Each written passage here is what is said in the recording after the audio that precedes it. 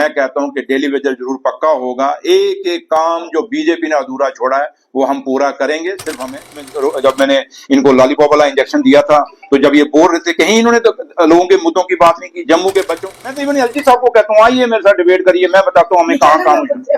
LG साहब को debate करें ना जनाब, जम्मू कश्मीर में प्रॉब्लम्स क्या है। क्योंकि 6 साल एलजी साहब ने भी हुकूमत कर ली, 4 साल बीजेपी और पीडीपी ने भी कर ली। और ये मजाक छोड़ा कि होती थी, मुझे लोग ये कहते थे, पूछते थे कि क्या कर रही है उमर अब्दुल्ला सरकार। तो मैं हमेशा कहता था जब भी हमारी, क्योंकि हमने पिछली बार जब सरकार बनी थी हमारी, उसी समय हमने ये फैसला कैबिनेट में किया था कि दरबार मूव करना है, बट उसमें वक्त बहुत कम था, दरबार मूव करने का टाइम नहीं था, नई सरकार बनी हुई थी। लेकिन फिर भी उसमें कैबिनेट में उमर साहब ने जब ये फैसला लिया, हम सब ने फैसला लिया और यही कहा था कि अगले साल पूरा दरबार मूव होगा। तो लिहाजा ये, और हमेशा मैं जब भी अगर आप मेरी पिछली इंटरव्यूज उठा के देखें, मैं हमेशा बोलता था कि उमर अब्दुल्ला साहब अपना वादा निभाएंगे, डॉक्टर फारूक अब्दुल्ला साहब अपना वादा निभाएंगे और ये दरबार मूव स्टार्ट होगा। और कई लोग उसमें कहते थे कि नहीं होगा, इवन के कोई बीजेपी का कोई लीडर कभी ये बात नहीं। अभी भी जब आप उनकी रोज में, जब मैंने इनको लॉलीपॉप वाला इंजेक्शन दिया था तो जब ये बोल रहे थे कहीं इन्होंने तो लोगों के मुद्दों की बात नहीं की, जम्मू के बच्चों के मुद्दों की बात नहीं की, जम्मू के व्यापारियों के मुद्दों की बात नहीं की।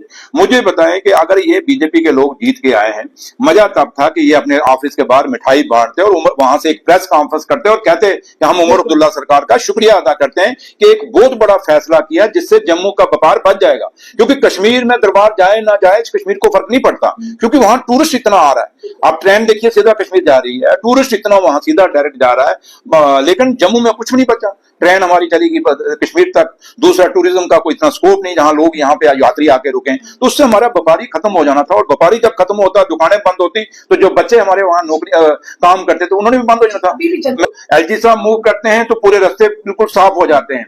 लेकिन मैं ये जब पैदल चल के मैंने ये महसूस किया कि जम्मू कश्मीर का अगर डिप्टी चीफ मिनिस्टर जाम में फंस रहा और 4 किलोमीटर पैदल चल रहा है और उसके बाद 4 किलोमीटर बाद रोड खुला नहीं है, मुझे एक अंदर से एक बड़ा रिस्की रोड, क्योंकि मेरी सिक्योरिटी भी इन्होंने काटी हुई है, एलजी साहब ने विड्रा की हुई है, क्यों, और उतनी स्ट्रॉन्ग सिक्योरिटी नहीं है, मैं बताऊंगा क्योंकि।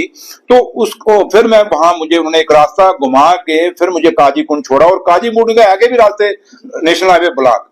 तो मुझे महसूस हुआ कि भाई अगर मेरे साथ ये हो रहा है, एक आम आदमी, चाहे वो एम्बुलेंस होगी या किसी ने कोई ट्रेन पकड़नी होगी या किसी ने जम्मू आना होगा या कोई किसी को इमरजेंसी काम होगा, तो उन लोगों का क्या होगा। मेरी सिक्योरिटी का क्या है। मैं तो कल इनके, अब तो मैं सिक्योरिटी लेता ही नहीं, मैं अभी भी अकेला चलता हूँ, पीछे मेरे दौड़ते रहते हैं। मैं तो कहता हूँ उठा लो अब सारी 2 गाड़ियां छीन।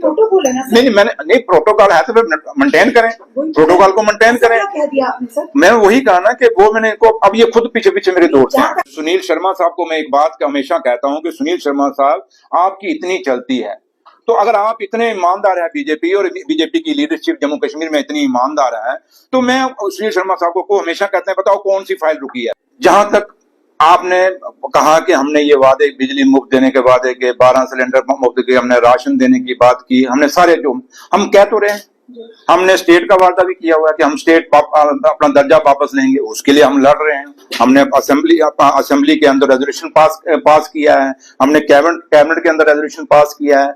रही बात कि मैंने कहा ना कि हमसे हिसाब मांगा जा रहा है 1 साल से, अभी हमें 1 साल हुए हैं, और वो 1 साल जहां आज एलजी साहब का जो, और बीजेपी और पीडीपी का जो 11 साल का है, पहले ये तो बता दें अपना। क्योंकि जो मुद्दे ये उठा रहे हैं, बिजली का, पानी का, स्कूल का, सड़कों का, हॉस्पिटल का, एजुकेशन का, सब कुछ जो मुद्दे उठा रहे हैं, ये मुद्दे क्या पिछले 11 साल में नहीं थे। उमर साहब ने बड़ा आपको तफसील में बताया उस दिन, और हम चाहते हैं डेली वेजर, और हम उनको पक्का करना चाहते हैं, लेकिन रुकावटें कुछ हैं। मैं अच्छा नहीं लगता मैं मीडिया में कहूं, और आप लोगों को पता है, आप बड़े समझदार सारे जर्नलिस्ट हो, आप सब जानते हो, रोज आप उठते बैठते हो। आप बीजेपी के लोगों की तरह नहीं हो कि सिर्फ घर से उठते हो, गाड़ी पकड़ते हो, बीजेपी ऑफिस जाके प्रेस कॉन्फ्रेंस दी तो बस वापस घर चले गए। आप लोग सुबह उठते हो, शाम तक कई जगह जाते हो, कई लोगों से विचार भी करते हो, कहीं कहीं की दुख की दर्द भी सुनते हो, कईयों को ऐसे लोगों से इंटरेक्ट भी करते हो, अच्छे लोगों से भी, बुरों से भी, सब आपको सब पता क्या हो रहा है जम्मू कश्मीर। लेकिन मैं प्रेस वार्ता क्या लॉलीपॉप ही मुद्दा था कि आज की डेट में सुरेंद्र चौधरी उनके लिए मतलब वो अपने आप के लिए ऑफिस समित है। भाई मेरे से डिबेट करो, मैं तो इवन एलजी साहब को कहता हूँ आइए मेरे साथ डिबेट करिए, मैं बताता हूँ हमें कहाँ काम। एलजी साहब को डिबेट करें ना जनाब, जम्मू कश्मीर में प्रॉब्लम्स क्या है। क्योंकि 6 साल एलजी साहब ने भी हुकूमत कर ली, 4 साल बीजेपी और पीडीपी ने भी कर ली। और ये मजाक थोड़ा कि घर घर बच्चा बेरोजगार है, उस बच्चे के रोजगार की आप बात नहीं करेंगे, लेकिन आप उल्टा लोगों पे छीटाकशी करेंगे और छीटाकशी करने के बाद लोगों को इल्जाम लगाएंगे और घर चले जाएंगे। ये इल्जाम लगाने से बात नहीं बनेगी, बात तभी बनेगी जब आप लोगों के मसलों का हल करेंगे। और जो आज हमने दरबार चलाया है, क्या बीजेपी 11 साल में नहीं चला सकती थी? बंद तो इनके टनूर में हुआ ना, हमारे टनूर में तो नहीं हुआ।